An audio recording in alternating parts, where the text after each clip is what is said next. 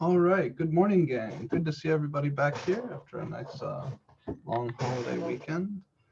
I have some good news. Santa Fe IT worked with me, and we were able to get the emulator working on this computer, so we can finally go back and do those linear regression problems that I wanted to show you on the calculator. So today we're going to start by kind of cleaning up some of the things we weren't able to do in week 2. So let's get to it. Here is the screen share. And here's the document camera. You stopped talking, that's okay.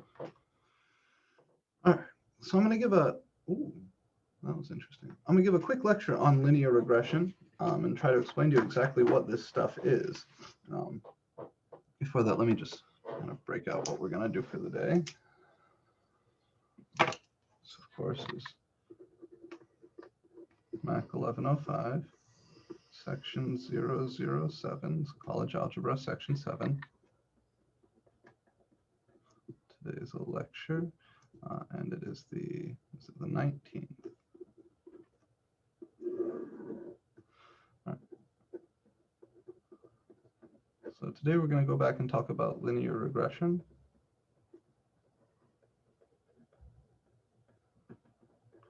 And this was something from, I think, homework 5. I'll zoom in there in just a second. So it'll be easier for me to show you kind of what I'm talking about here. Yeah, so there are a few topics that we weren't able to get to last week. One of them was this, right? Linear models and regression. Now I noticed that about 60% of you guys have already knocked this out, and I got to give mad props to those of you who went in here and slogged through this because I haven't lectured on it. That's why we pushed the due date to the 26th. So I want to first say, you don't feel obligated to do that. You know, look at the due dates. And I promise I'll never have something come due on you guys that we haven't lectured on. So to those of you who went in and ground out this homework, even though we hadn't talked about it in class, good work.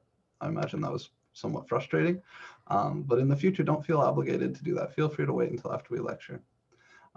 This one we have talked about now, so we should be mostly done with homework 6. This was one that we talked about last week, but I want to talk a little bit more about the inequalities because we just barely got to the rules that you use for these inequalities at the end of class last time.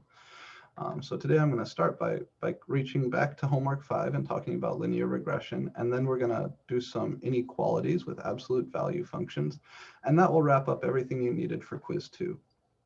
Now, because we didn't get to all of that last week, I pushed all of those dates to the 26th, which is next Tuesday. But there's just a tiny little bit we need to do here, a tiny little bit we need to do here, and then you guys will be able to finish all of that stuff up. So please try to get homeworks 5 and 6 and quiz 2 done as soon as possible after today. And then if there's time today, we will start talking about this stuff. And I expect that there will be time for us to get into quadratic functions today. So the homework for this week is homework 7, 8, and 9. And quiz 3. And just like last week, if we need more time, you know, after Thursday, if we don't get to all of this stuff, I will push some of it to next week. But I want to also, while we're here, point out that we are getting close to test 1. Right, test 1 is approaching. This is a 4-exam class, meaning there's 4 exams and a final. So our first test will be coming soon. Just a warning. So let's get back into this. Linear regression, this is stuff from homework 5. And then we're going to talk more about absolute value. Absolute value. Specifically inequalities.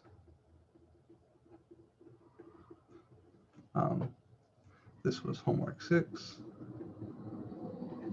And then we're going to start talking about quadratics.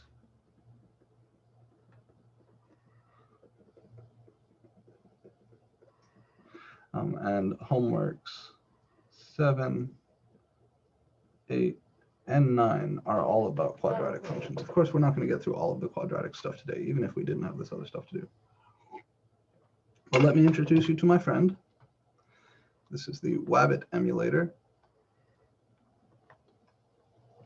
And it takes a minute to load, but that is how I'm going to walk you guys through linear regression. We're going to use this. So I think most of you have something in your hands very similar to this. If you don't, please take a second now while we're warming up and grab your calculator. You're going to need your graphing calculator today. Okay, so I think most people are using an 84. If you have an 83, it'll work the same way, but just slightly different menu options. But I'll walk you through it. So, what is linear regression? Linear models and regression. First, a model, a mathematical model,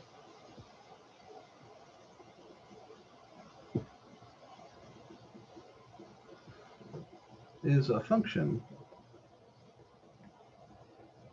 used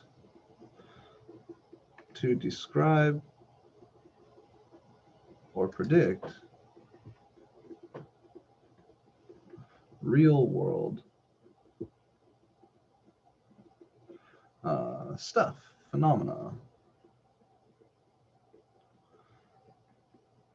I'm going to spell this word wrong, but I think we all know the word phenomena. Things, you could just say things. Sorry, my spelling is not amazing. But that's it. A mathematical model is just a function that describes something going on in the real world. And there's lots of cases where the real world can be modeled by mathematics. And everybody is at least somewhat familiar with the idea of physics. Physics is kind of your classic example. Sorry, my voice alarm.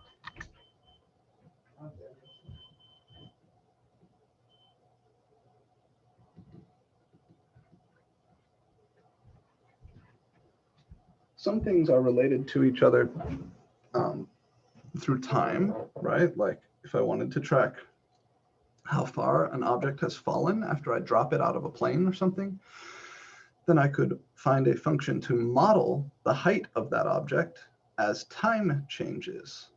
Sometimes you'll have two physical quantities that are directly connected to each other. Like, what's a good example here? How long it takes that object to fall and its mass. You'd think those things might be connected, or how long that object takes to fall might be connected to its surface area. And in this section, we're going to look at some things that are connected to each other through linear functions. So I think the best way for me to get into this with you would just be to look at a few problems, and we'll look at some modeling problems before we do anything with regression. I think there should be some pretty straightforward modeling problems in here that don't have regression, and then I'll explain what regression is so we can kind of get an idea. General form of the x-intercept, these are all well and good, but they're not modeling problems. So all of these we could have done before. Maybe we don't have any non-regression modeling problems. Parallel to this. Fine. Use it to predict other values. Data is exactly linear. Okay, here we go. This is good. So here we have a modeling problem. And they're saying in 2005, the average annual tuition and fees for attending a private college was $23,000. So in 2005, to attend a private college cost about 23 grand a year.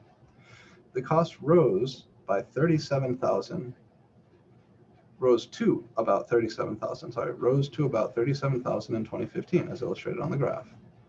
Find the slope. They're going to have us come up with a model. So let me write down the important bits of this problem, and we'll start hopefully getting a feel for what linear modeling is like.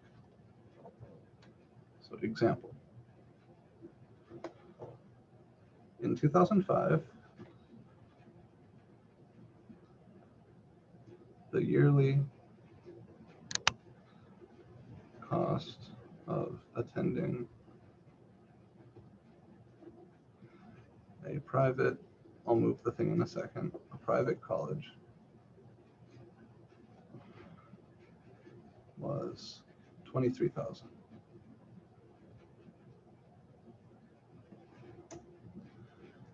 By 2015, that cost has risen to 37,000. And you see how I'm sort of condensing the important information out of the statement. Yeah, I'm not writing down every single word in the statement. And this is a skill you guys want to be developing as well. So let's do a few things here. Let's find the slope.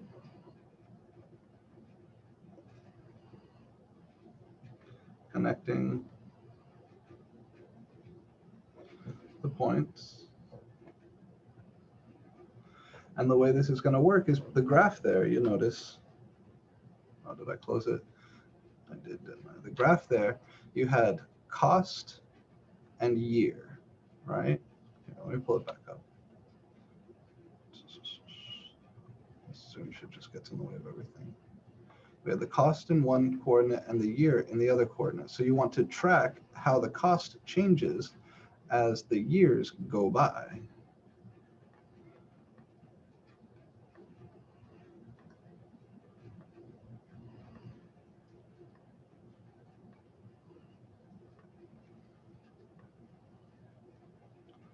Right? So the numbers are going to change here because they're randomly generated. But you see down here you have the year on your horizontal axis, and up here you have the cost. So they're going to have us find the slope, and they're going to have us find an equation. They're going to ask us to use that to predict something down the line. So let's find the slope connecting the points. And we had years on the horizontal. So this would be 2005, comma 23,000.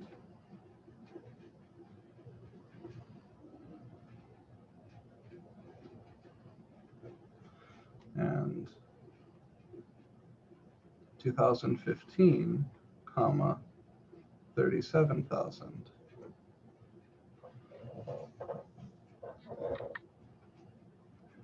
And then we're going to find a linear function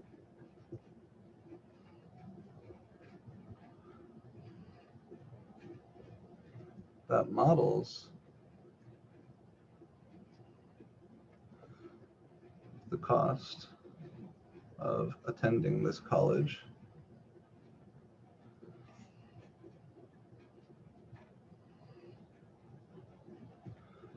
in year X. And then C, we'll make some prediction. I'll go ahead and cook up numbers again because these are randomly generated. Let's use our model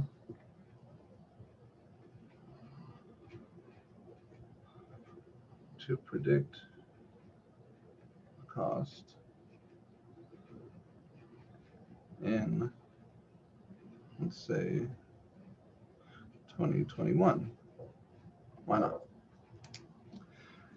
So I hope it's clear what we're talking about. And I want to take a second just to make sure that everybody's comfy with the basics here. Again, the numbers are different because I reloaded the page. So please don't worry about the actual numbers. We'll do the calculations on the page here with the numbers I got the first time I loaded this. But the graph that's being shown here, you notice that there's a straight line being drawn connecting these 2 points, 2005, comma, the cost in 2005, to 2015, comma, the cost in 2015. And because we just have these 2 points, there's one and only one line that connects them, right? Any 2 points in the plane totally determine a line. So if you can imagine this line extending far off to the right and far off to the left, you could use that line to then guess what the cost will be in 2021 or in 2030, just by finding the Y value on the line associated with whatever year. If I wanted to know how much will this college cost in 2020, I can model the annual growth in the cost by this line. Then once that line has been extended over here to have a point above 2020, I can come up, find that point, find that Y value, and tell you what that cost is likely to be. The calculations are not that hard. The calculations are the same as the calculations from the previous homework set, where you got to find the slope, you got to find the equation of the line. But it's the interpretation that is tricky. So one of the big skills that we work on in this class is going from some English language stuff into some math stuff. So we want to find the slope to get started. It's my solution for part A. I'm going to zoom out a little bit.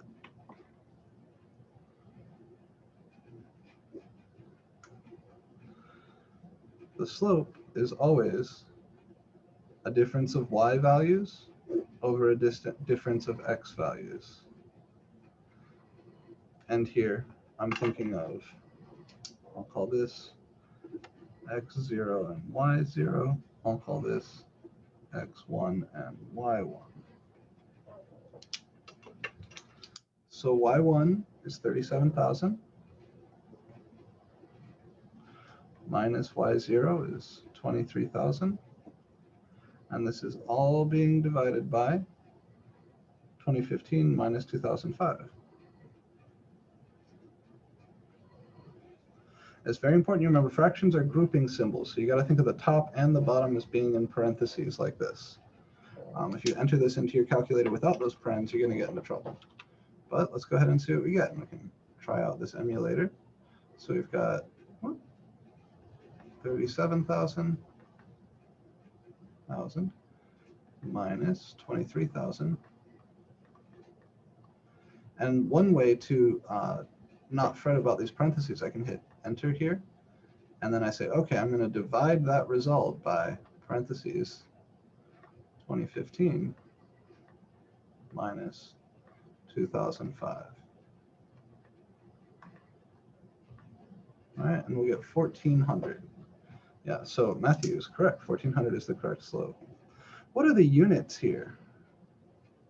Remember we talked about units the other day? We talked about units, I think, last Tuesday. What things are being measured in? What is the top being measured in? What are these? 37,000 what? 23,000 what? This is where I'm going to ask for some input from you guys.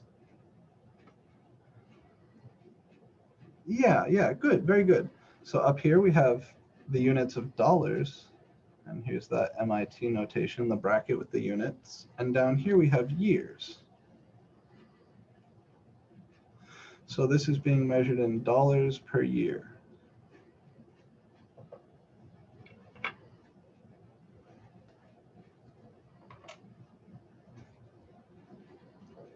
Is everybody comfy with that? And that makes sense, right?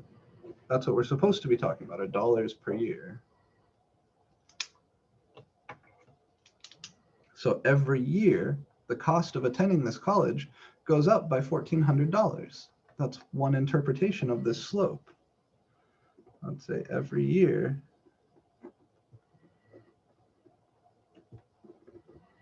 the cost of attendance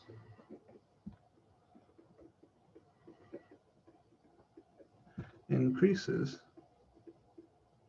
I'm using the word increases here because this is a positive slope. If this were a negative slope, then the cost would be going down every year. But here it increases by 1,400. So this would be a good interpretation.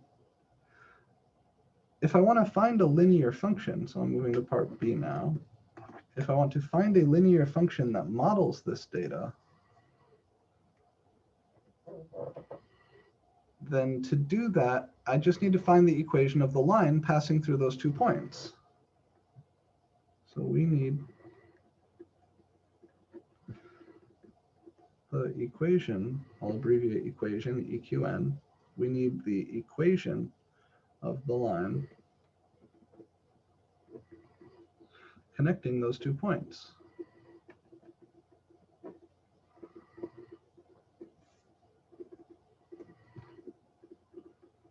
I'll copy them down here so I don't have to worry about covering them up. There were 2005, 23,000, and the other point was 2015, 37,000, right? All right, I'm going to move the page up here so we don't have to worry so much about covering things. All right. Well, this isn't so bad. I already have the slope. I know the slope is 1,400, so I can use my point slope formula. Y minus y0 equals m times x minus x0. Remember, I told you at the start of the term this formula was going to be important, and it really is. We're going to use it all the time. So my point x0 comma y0 was this guy. This was x1 comma y1, remember? We could actually use either one of these for x0, y0. It doesn't matter. That was my free choice to label them that way. But here I get y minus 23,000 equals 1,400. That's m times x minus x0, which is 2005. So this is the linear function that models that behavior. And we can clean it up a little bit. I'll have here y equals 1,400x minus 1,400 times 2005. And then I also have to add over that 23,000. So we can clean this all up. I'll do the arithmetic here. So that's negative, turn it on, negative 1,400 times 2005, which is this big negative number. And then I need to add to that 23,000.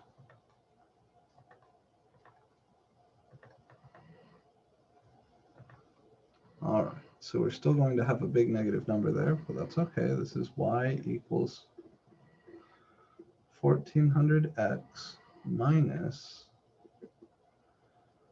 278,000. Oh no, 2,784,000. 2,784,000. Yeah. All right.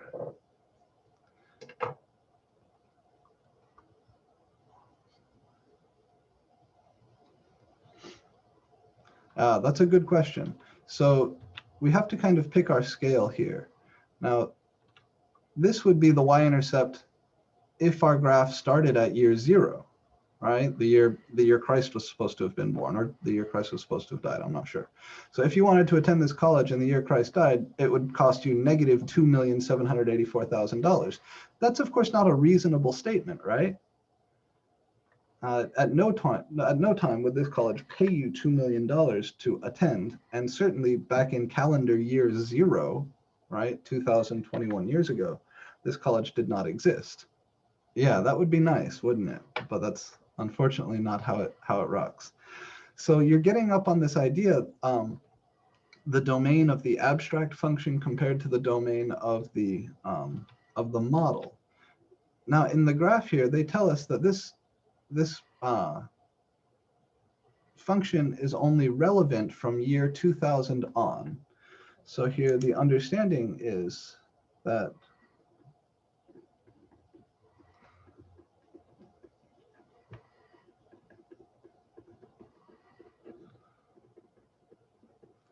x is at least 2000. So if they asked us for the y-intercept on this graph, yeah, we would want to plug in x equals 2000. It's a little bit misleading, but the y-axis here, they have poking up through the line, through the point here where x is equal to 2000.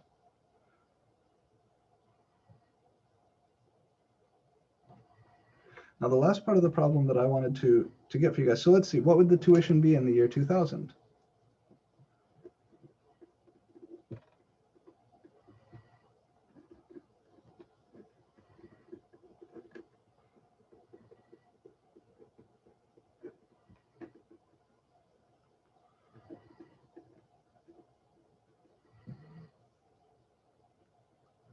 Well, I would plug in x equals 2000 to that equation. So I'd have 1,400 times 2000. That's this number, from which I need to subtract 2,784,000, giving me 16,000.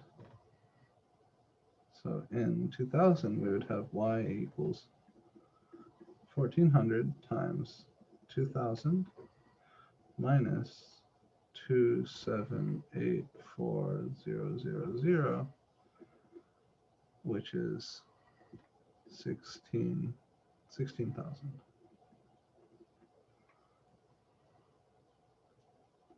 So I'll call this a part of part C here, because we also wanted to know what will be the tuition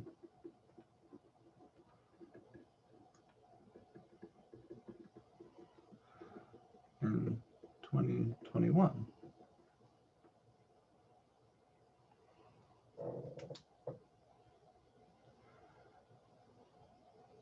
So who can tell me, how would I sort out the cost of attending this college in 2021? Just for fun. I think Kendra's already given me an answer. I'm just curious, how did we get there? What should we do?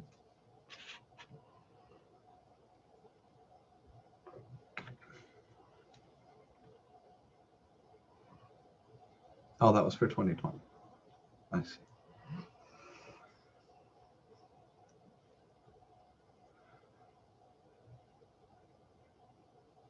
We're getting there.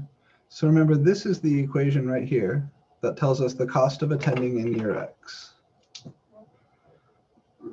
So if you want to know how much does it cost to attend this private college in the year X, you can plug X into this equation.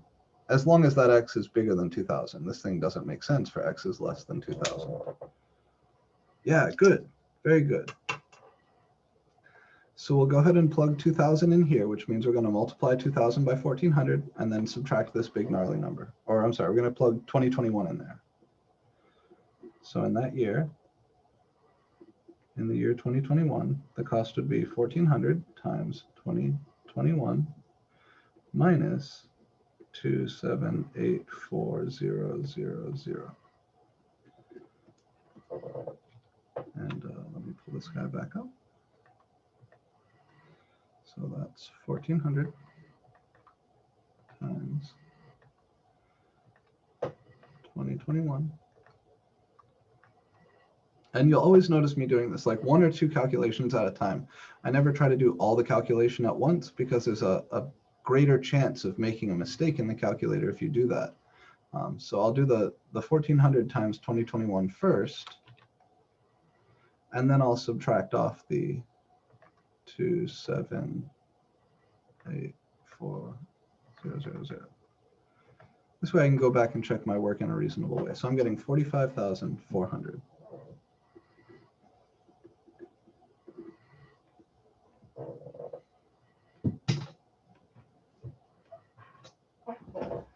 There's a good question coming in from Mark. How would I define the range and the domain for this problem? Before I answer that, I want to make sure we're comfy with what happened in part C here, because this is going to be important when we talk about linear regression, when we go a little bit further from this modeling thing to the regression thing. So first, are there any questions on how we answered these 2 bits down here? What was the cost of attending in 2000? What will be the cost in 2021?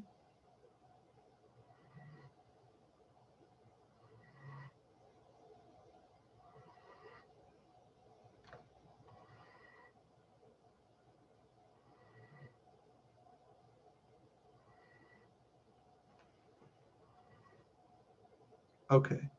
How would we define the domain and range for this problem? That's a really good question. So the graph that they give us here just goes from 2005 to 2015. But they've asked us to find this linear equation that extends that graph. Now, based on the picture here, they don't appear to intend us to go to the left of 2000. But we can't really infer how far out this is supposed to work. So definitely no smaller than 2000. My domain, again, we can't say for sure without more information from them here, but I would say that the domain would be, at the very least, some subset of this, and that the range We know in 2000, the y value is 16,000. So this would be something like this. And if they told us some x value we're not allowed to go past, that this linear function does not serve as a model beyond 2025 or beyond 2050 or whatever, then that would tell us our right endpoint for our domain, and that would allow us to compute the right endpoint for the range.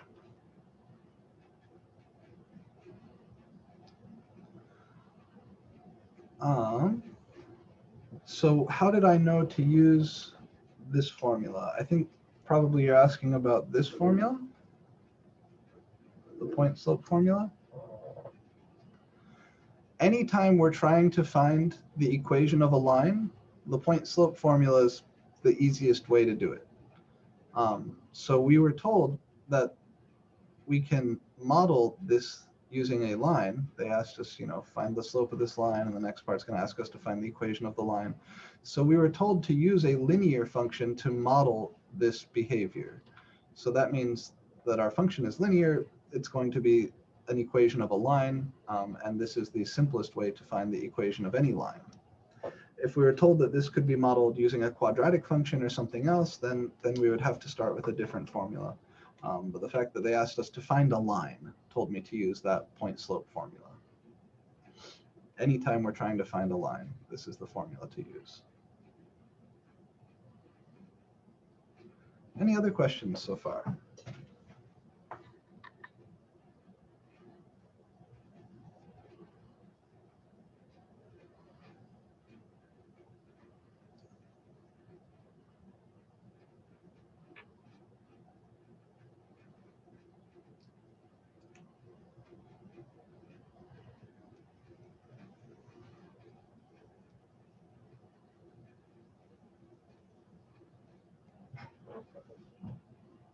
Okay.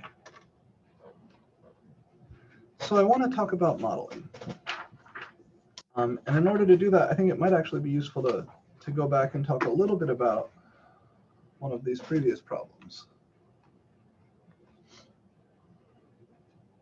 So notice in this table, they say that the data in this table is exactly linear. And then they're going to ask us to come up with an equation of a line that fits this data. So let me copy this down. This is homework 5, number 9.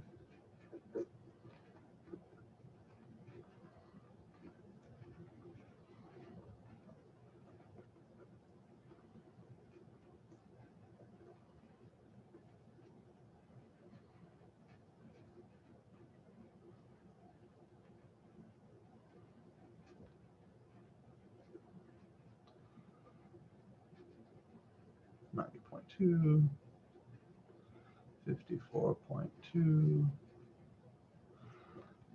27.8, negative 27.4, and negative 46.6. All right. So here's my table. And they've told me that the data in this table is perfectly linear. What that means is that the data in this table, every single point, if you plot all these points together, they sit on the same line.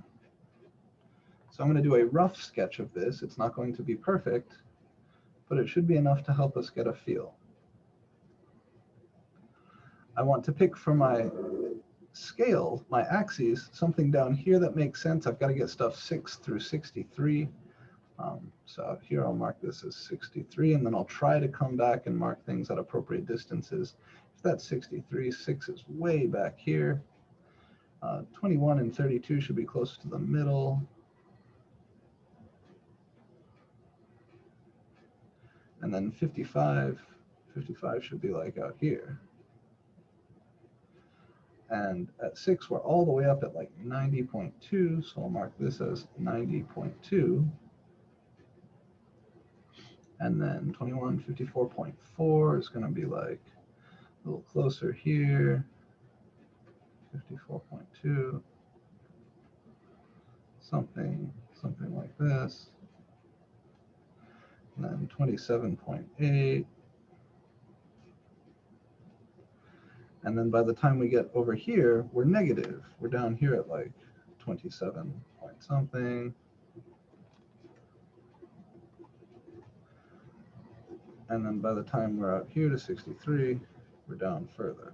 So something like this, negative 46.6. And again, my art is bad. So let's see this.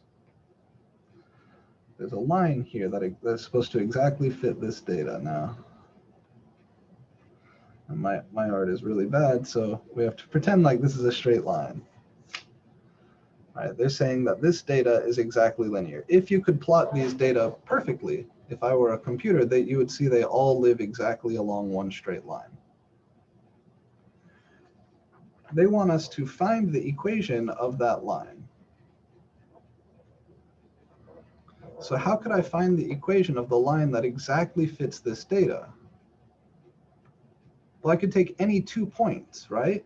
Imagine I just start with these first 2 points right here. 6, 90.2 and 21, 54.2. If the line goes through these two and all this data sits on one line, then that same line will go through the next point, will go through the next point, and so on. So to find the line that all of this data sits on, since the data is exactly linear, I just have to find the line that goes through any 2 points. Pick any 2 points. It doesn't matter which two. Since the data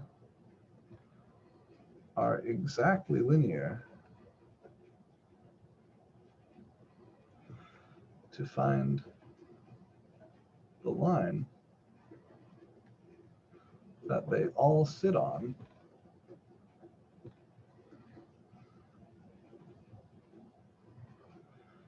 it suffices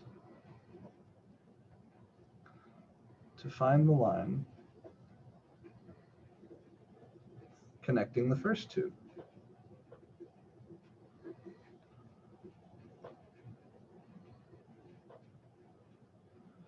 Really, or any 2 points.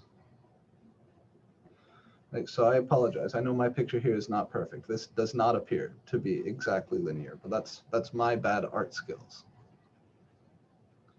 So if we calculate the slope between these first 2 points, or between any 2 points, they should all be the same, right? This is what it means for the data to be exactly linear.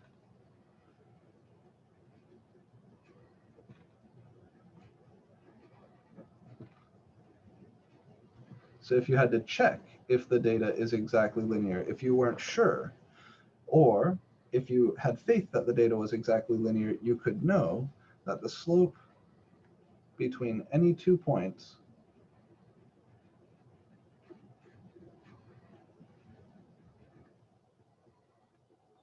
is the same. And there are some problems in here that ask you to check, is this data exactly linear? To figure that out, you check if the slope between any 2 points are the same. Conversely, if you know that the data is exactly linear, then you know that the slope between any 2 points is exactly the same. So here the line that our data sits on must have slope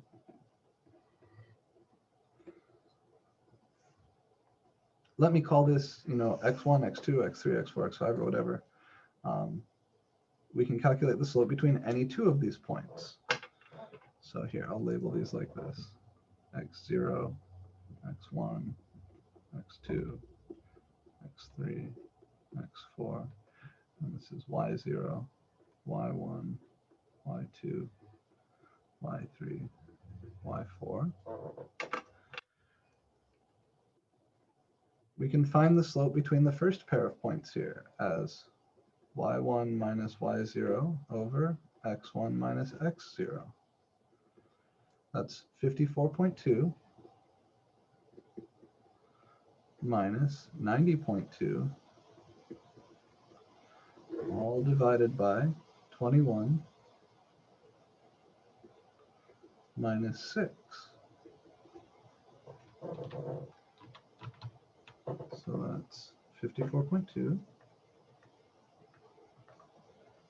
minus 90.2. That's my numerator, negative 36, divided by 21 minus 6. What is 21 minus 6? All right, that's 15.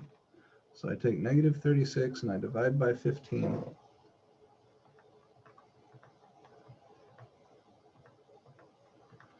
And we get this weird decimal. Now there's a way to convert this decimal back to a fraction. You can go to math and then select the first item, and it'll do this for you. Or we could have just canceled here, right? There's a shared factor of 3 that we could cancel here.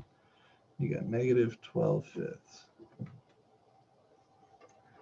Now we could check that this is the same as the slope between 0.1 and 0.2, 0.2 and 0.3, 0.3 and 0.4.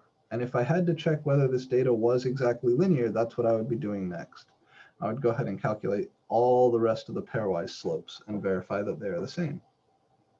But here they told me the data is exactly linear, so I won't be spending time doing that. Instead, I just need to write down the equation of the line. Now we use point slope again. See how useful this thing is? So y minus y0 equals m times x minus x0. y0 is 90.2. So this is y minus 90.2 equals m, which was, maybe I will use the decimal here because they've given me these y values in terms of decimals. So what was this as a decimal? Negative 2.4, right? I'll leave it as a decimal. Negative 2.4 times x minus x0, which was 6.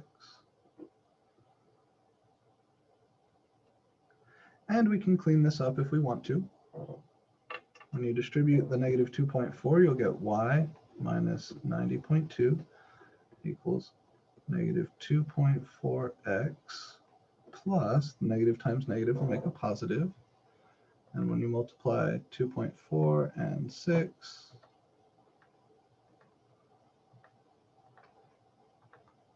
you get 14.4. And now we have to add the 90.2 to the other side. They said they want it in slope-intercept form, so this is going to be y equals negative 2.4x plus 14.4 plus 90.2.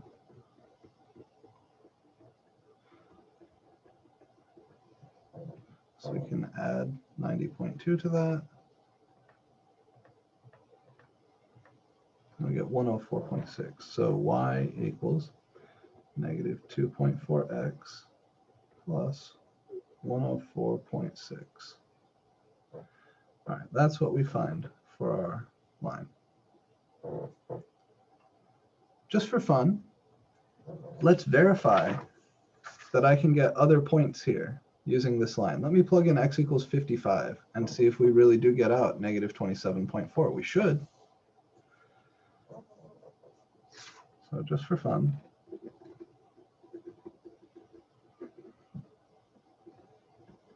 when x equals, what did we say, 55? Yeah. Y should be negative 27.4. All right. Oh, I left off my x here. I'm so sorry. 2.4x plus 104.6. So if I feed this thing 55, I'll take negative 2.4 times 55, and then I add to that 104.6. And yeah, we do. So here it would be negative 2.4 times 55 plus 104.6, and that did come out to negative 27.4. So this is what we mean by saying the data is exactly linear. Right, the data is exactly linear means it all lives along this line, right? All lives along this line. So if you plug in any x values from the table to this line, you should get out a y value from the table. It also means you could predict whatever else might be in that table if you wanted to add more shit, right? So they might ask me to predict, you know, if x is 72, what would y be? And to do that, I would plug x equals 72 into this equation. Mark asked an interesting question in chat. When do we use fractions and when do we use decimals for slopes or for any other things? I'd say if the problem gives you the data in terms of decimals, go ahead and use decimals. If the problem gives you the data in terms of integers or fractions, use fractions. So part B here said predict y when x is negative 4.2 and when x is 7.5. And to do that, we would just plug in negative 4.2 for x or 7.5 for x. Nothing too exciting there. And that is it. Now, what I want to talk about is what happens if the data is not exactly linear.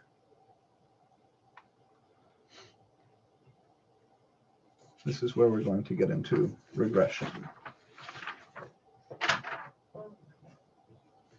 First, any questions about what we did here, why we did it, why it looks this way? What's the point of this? How did we do it? Any of that.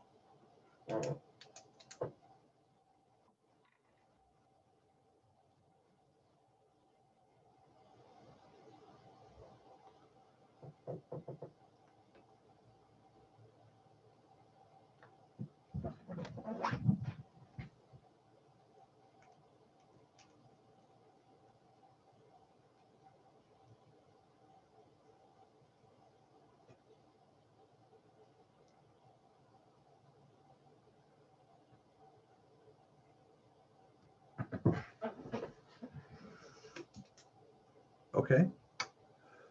So if we're all very comfy, then I am going to move away from this. I want to highlight just one or two things before we leave here. Again, data being exactly linear means all the points live on the same line, which means the slope between any 2 points will be the same. No matter which points you use, the slope between any 2 points in that table should be the same. That's how you check if data is linear. I'm saying that because there are problems in this homework set that ask you to check that. Okay. What if the data is not linear?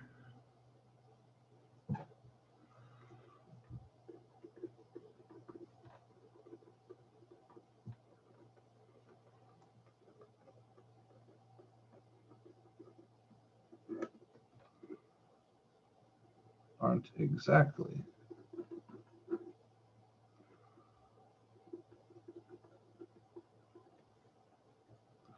So this is really a thing from statistics, but we talk about it in this class because it's a really powerful tool, and it has to do with linear functions. So if you want to work with some data that aren't exactly linear, but are kind of mostly linear, that appear to have a linear trend, the way you find the line that best fits that data is called linear regression. All right. Some examples of data that are not exactly linear, but are mostly linear, like a child's age compared to their height, right? You know, if you take a child between the ages of 0 and 10, their height gets bigger as their age gets bigger. But if you graph that data for a bunch of kids, the height is not going to be a perfect match, right? So imagine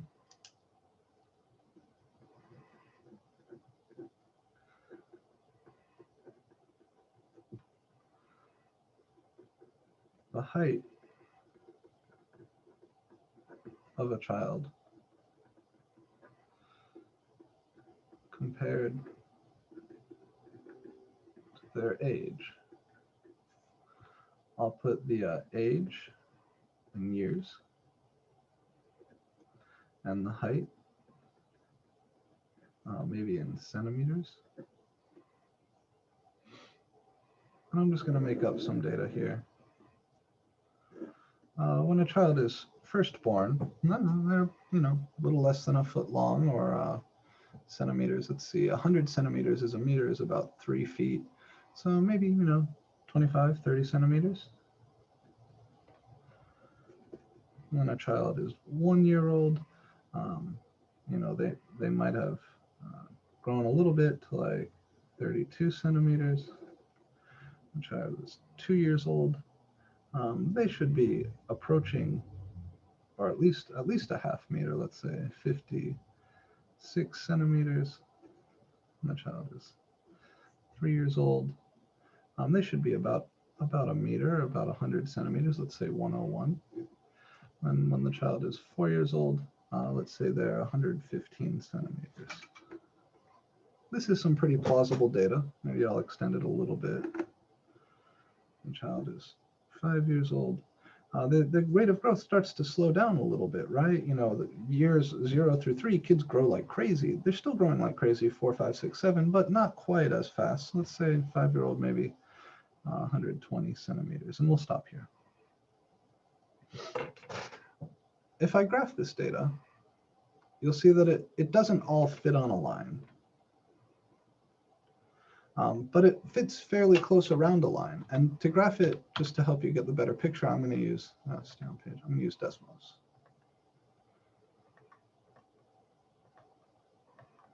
So I have the following ordered pairs: 0, 25, 1, 32, 2, 56, 3, 101, 4, 115, and 5, 120. Now I'm going to have to zoom way out to capture these appropriate scales. All right, so let me set my x-axis. Does not need to go anything crazy like that. So -1 through 10. There we go. All right, so you see this data does not all fit exactly on one line. Turn all the points red so you can kind of see them.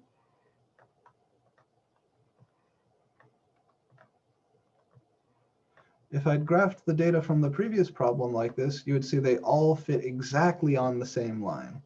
But here, if I draw the line connecting this point to this point, it will definitely miss this guy, right? His y-intercept would be like down here, not up here. And if I drew the line connecting this point to this point, it would miss all of these guys up here. So this data is not exactly linear. Okay, don't worry about drawing this picture. I just want you to look at it and think about it with me. So this data is not exactly linear.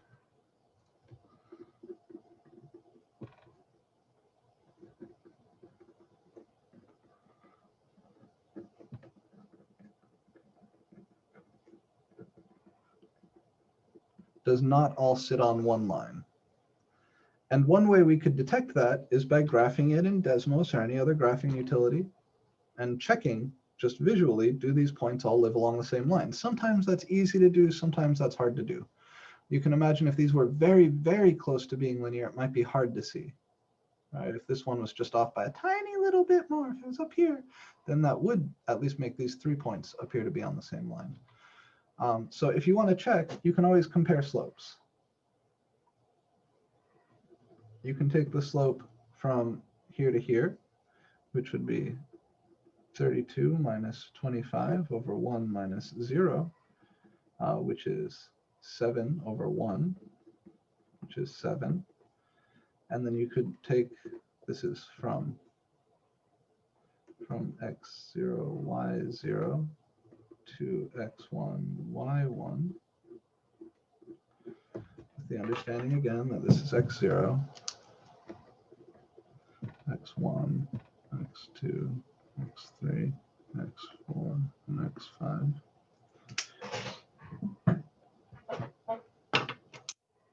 Or we could calculate it from here to here. So that would be 56 minus 32 over 2 minus 1. Now here, 56 minus 32, let's see, that's 8 up to 40, and then 18 up to 50, and then another 6 plus 18 is 24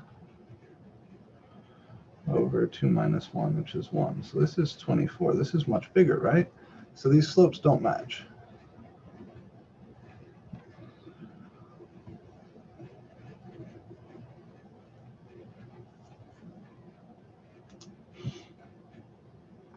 So even if we didn't have a picture, we could check that the slopes don't match. This is from x1, y1 to x2, y2. So we know that this data is not exactly linear. But when we look at the graph, it looks mostly linear. And the question is, can I find a line that kind of comes in here and fits this data as closely as possible? The answer is yes, and this is called linear regression. Okay, but can we find the line which best fits this data?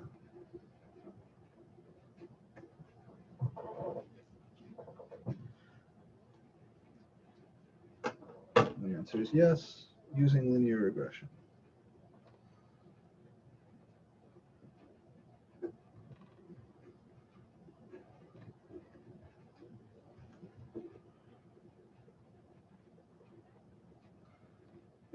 So what is linear regression?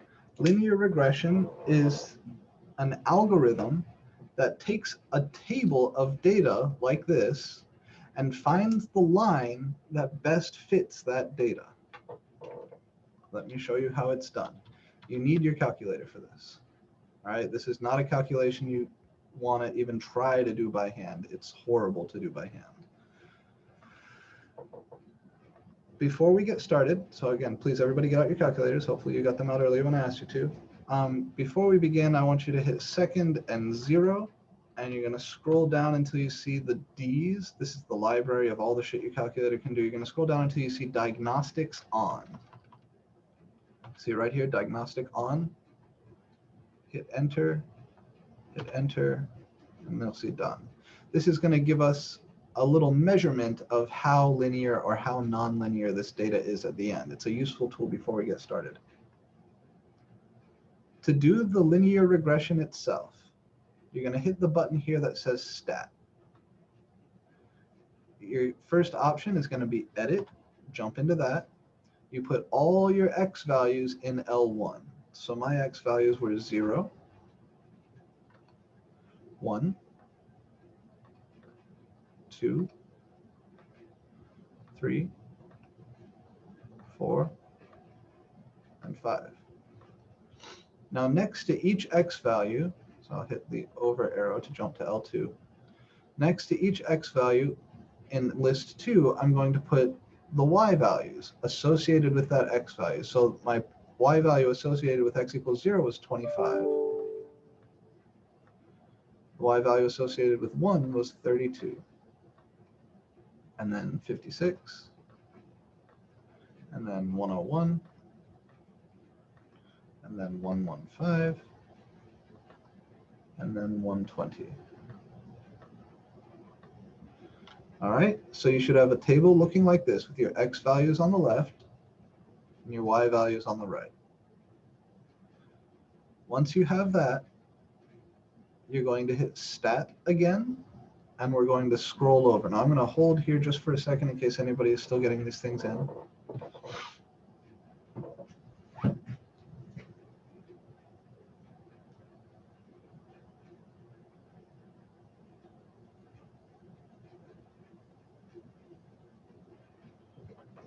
So again, our next step is to hit stat. I'm going to go ahead and do that now. We scroll over to calc and down to linreg ax plus b. This stands for linear regression in the form ax plus b. We're going to hit enter, and it's going to ask me if you're on a TI-83 or an older calculator, Like the handheld you saw me using last week, you won't see this menu, just hit enter. If you're on the 84, it'll give you this option. Are your X's in list 1? Yeah. Are your Y's in list 2? Yeah. I don't care about any of this other shit. Just hit enter, enter, enter, enter, until you get down to calculate, and then one more again. Here it is. So running the linreg algorithm gives me, so the output from linreg is y equals ax plus b, where a is equal to, I'll round to 1 decimal place here. Screw it, I'll round it to 21.97. B is equal to 19.90. Now those two numbers r and r squared, I'm going to write down. That's r squared up top there, not r2. It's r raised to the power of 2. I'll write down the first few digits of that too. 0.937 5. And r itself is 0.9683. All right, hold on to these, but don't worry about them for now. Just write them down. I'm going to come back and talk about these. These are the things that came from the diagnostics. These diagnostics on. These are my diagnostics. They're called correlation coefficients. We'll talk about them in a second. The good shit here is this shit. So y equals ax plus b. If a is 21.97 and b is 19.90, then that line is 21.97x plus 19.90. This is the line that best fits that data. And I'm going to show you exactly what I mean. First, write this down. All right, make sure you've got all this written down.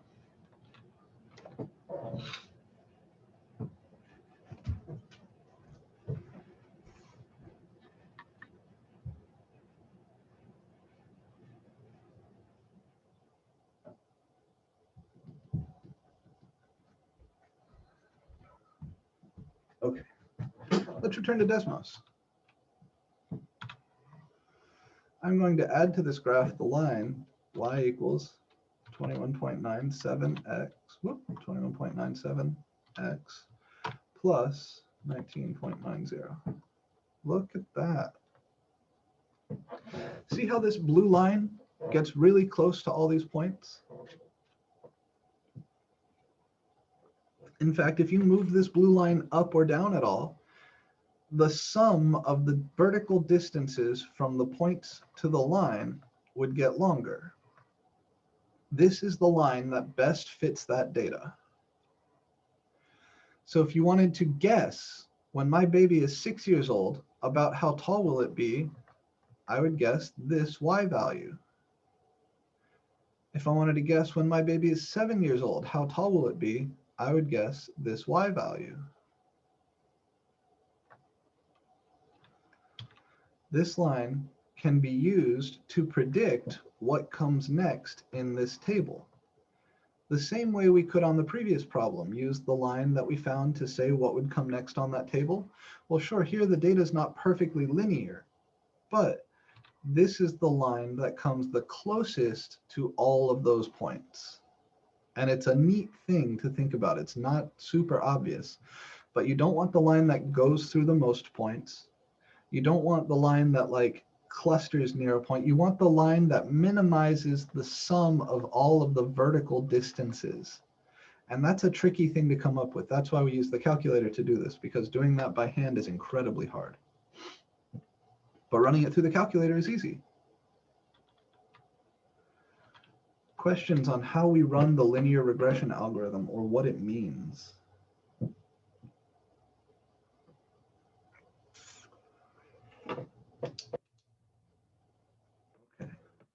Okay. Real quick, before I let you go, I want to talk about what these values of R mean, and I want to introduce the new material for this week. I'm okay with us spending a lot of time on this today, because I want you guys to get this stuff.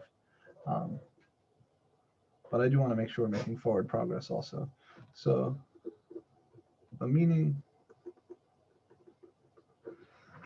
of R squared and R.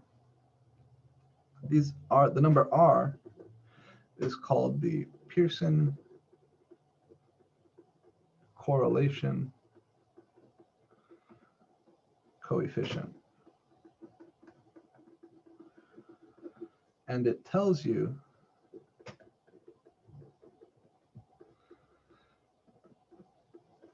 how close to linear is the data.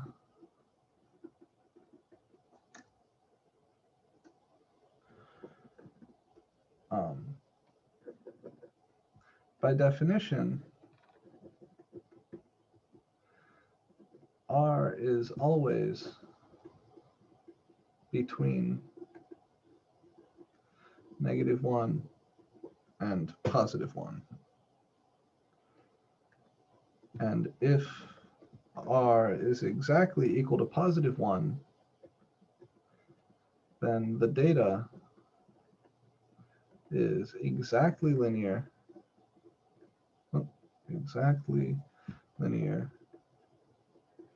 and has positive slope.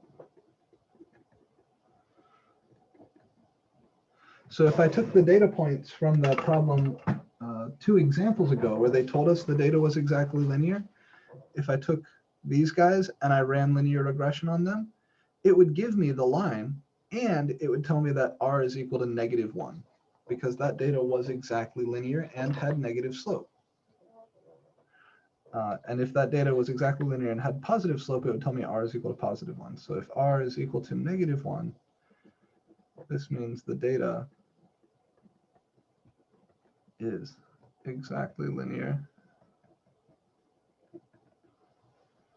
and has negative slope.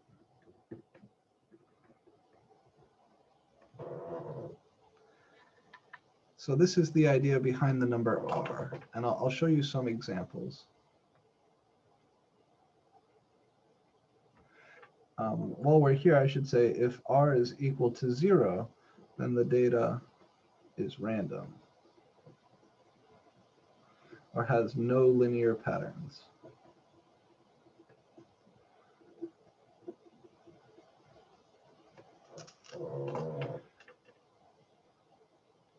So let me show you a few examples here.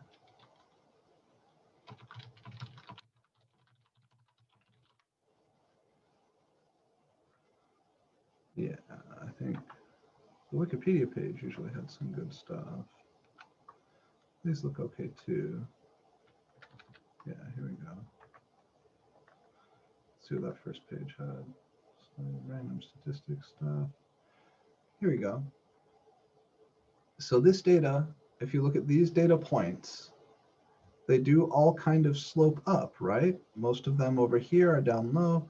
Most of them over here are up high. And so the line of best fit, the regression line, would be this blue line. And you see that it does have a positive slope.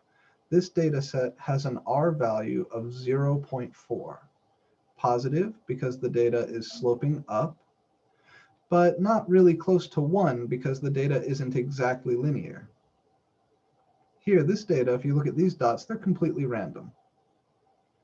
All right, there's no linear trend there. It's just a random smattering of points. Here, R is 0, no patterns. And over here, the data does have a trend. It's trending downward, but these points are not all very close to any line. It's not very, very linear data. So R is like -0.4. I think we can find some better examples over here. Yeah. So if all the data lives exactly on one line, then this is R equal to 1.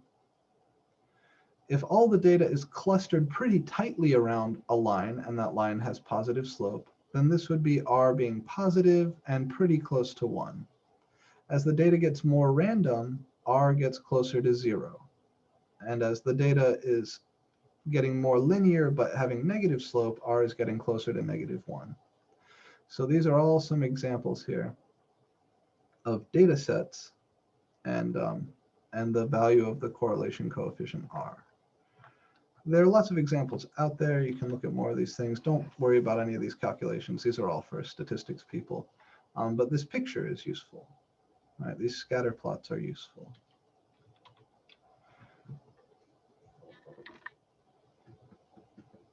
R squared is similar.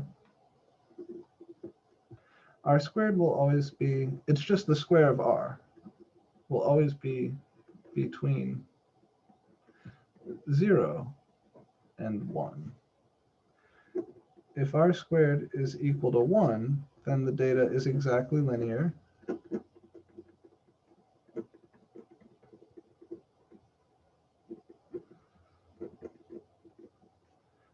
And if R squared is equal to 0, then the data is totally random.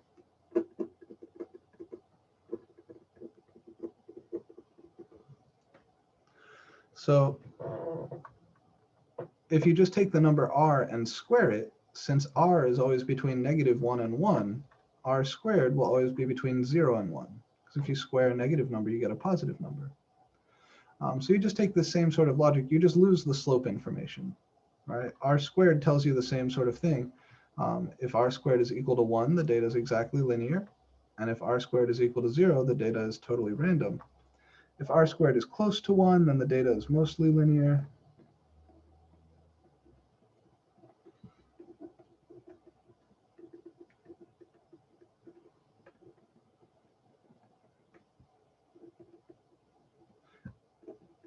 And if R squared is closer to 0, then the data is mostly random.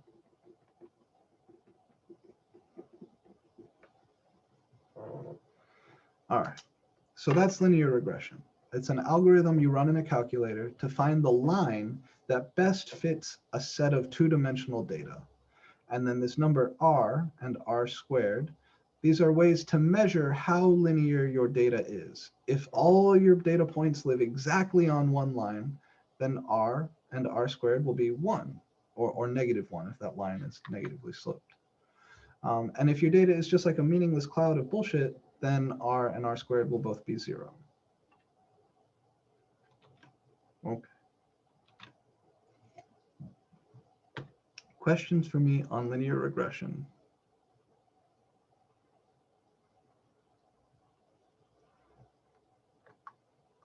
Yeah, let me see here. We've got a few things in the chat. Wait, what do we do after we click diagnostic on? What do we do after we hit on? Okay, so let me, Desmos is free. Yeah, just go to desmos.com. There's also a cell phone app. The app is nice, but better in the browser. So go to desmos.com. Desmos, totally free.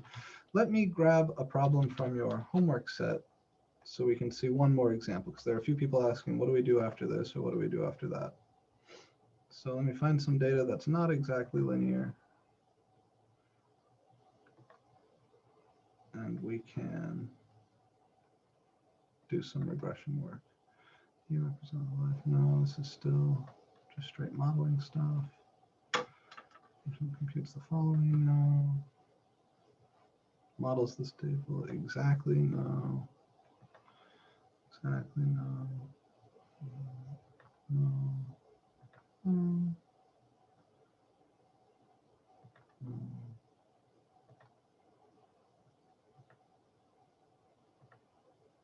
I'm glad to see there's not as much regression stuff as there used to be. All right, find the line of least squares. That's another name for the regression line, least squares, for the given data points. What is the correlation coefficient? Plot the data, graph the line. All right. So let's work this one together. This is homework 5, problem number 23. Find the least squares line, which is just another term for the regression.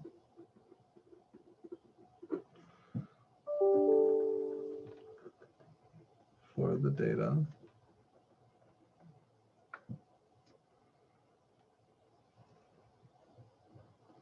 -1, 3, 1, 0, and 6, -5. All right. So just for fun, I'm going to start by drawing the data. All right, you should always, this is something we teach people in statistics. Anytime you're given a data set, first thing you need to do is plot the data. Look at the damn thing. See what makes sense. So I'll call this -1, 1, 2, 3, 4, 5, 6. I've got -1, 3. And we're going down as far as -5.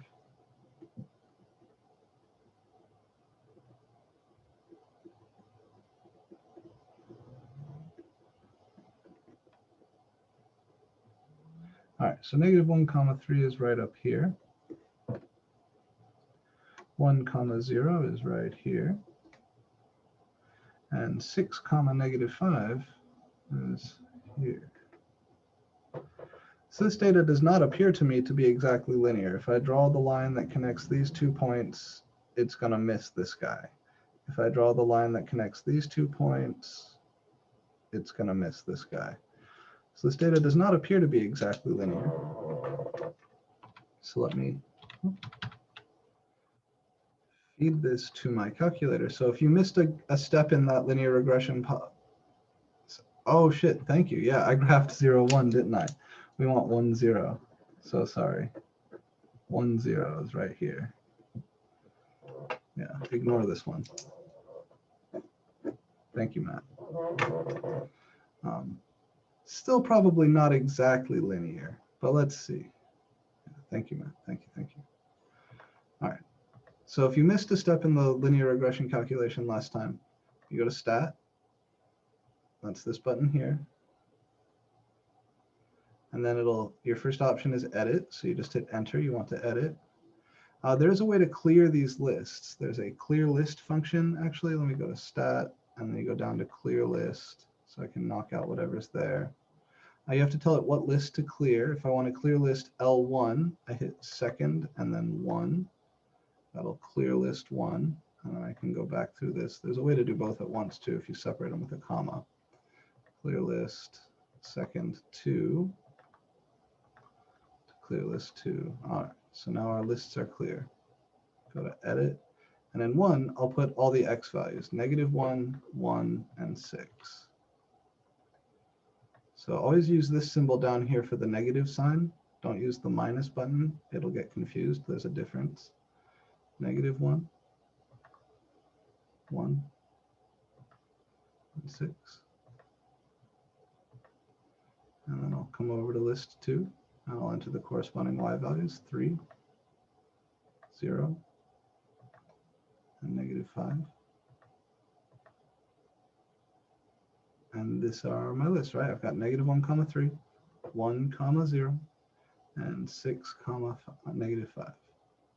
So now if I want to find that least squares line, I'll hit Stat, go over to Calc, scroll down to linreg ax plus b, and hit Enter. X's are in list 1, Y's are in list 2, don't care about the rest of this stuff, go. So this tells me that my least squares line on my linear regression is y equals ax plus b, where a is equal to -1.115. I'll give 3 decimal places. B is equal to 1.564. And they also tell me that r squared is 0.9902. R itself is -0.99508. All right. So it's much harder to see here whether this data is or is not exactly linear. Again, my bad art notwithstanding. The point -1, 3, the point 1, 0, and the point 6, -5. From this picture, it looks like maybe they all live on one line. We could look in Desmos, clear these out. See, so we have negative 1 comma 3, 1 comma 0, and 6 comma negative 5. I'll put in green here. I'll fiddle with my axes just a little bit.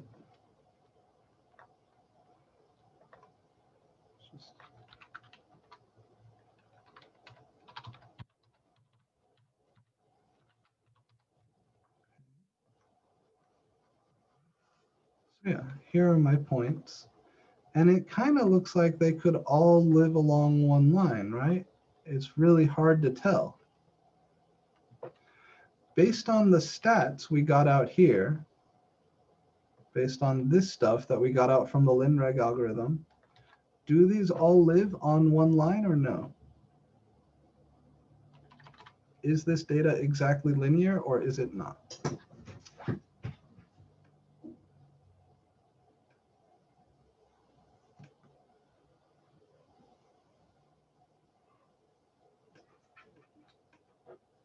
Oh, I see. I guess I can't see the chat here.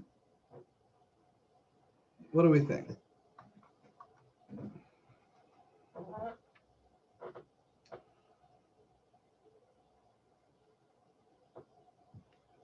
Good. Yeah, Mark's correct. Mark, can you explain to us why it's not perfectly linear? How do we know?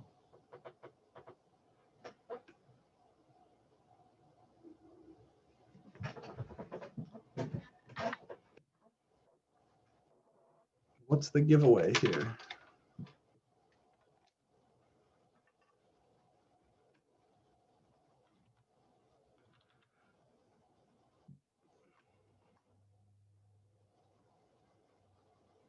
These guys, right? If this data was perfectly linear, then this would be 1. Or R itself would be exactly -1. Now this is very close to 1, 0.99. That's really, really close to 1, but it's not exactly 1, which means this data is not exactly linear. R itself is -0.99. Okay, so negative, so this data is sloping down. I think we all agree that that's true. But this is not exactly -1. It's just very, very close. So since R is -0.99508 is not exactly -1, we know the data is not exactly linear.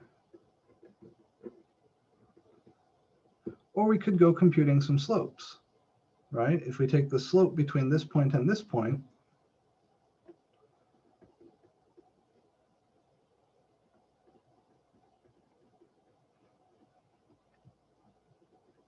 y1 minus y0 over x1 minus x0 would be 0 minus 3 over 1 minus -1, which is -3/2, and y2 minus y1 over x2 minus x1, if we compute the next guy. So this is the slope there, and then if we compute the slope here, this would be -5 minus 0 over 6 minus 1. This is -5 over 5, which is -1, and these slopes don't match. So we know the data is not exactly linear, but it's real close. And from my hand-drawn picture or the Desmos picture, it's not enough to say for sure. So graphing the data is a good way to get a feel for it. But if you want an exact answer, is this data linear or not, you can either compare slopes or compute the correlation coefficient. If R was exactly -1, then we would know that this data is exactly linear. Or if R was exactly +1, we would know this data is exactly linear. But as it is, We know it's not. Now, if I want to graph this line, I know the slope is negative 1.15. The y-intercept is 1.564. So let me add that to our picture over here. Y equals negative 1.115x